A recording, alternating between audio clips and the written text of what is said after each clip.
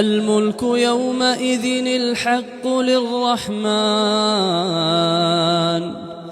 وكان يوما على الكافرين عسيرا.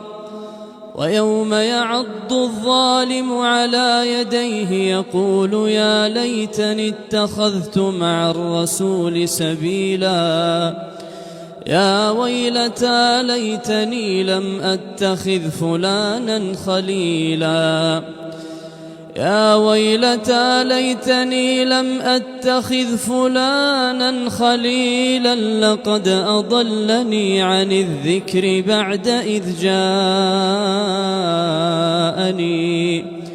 وكان الشيطان للإنسان خذولا. وقال الرسول يا رب إن قوم اتخذوا هذا القرآن مهجورا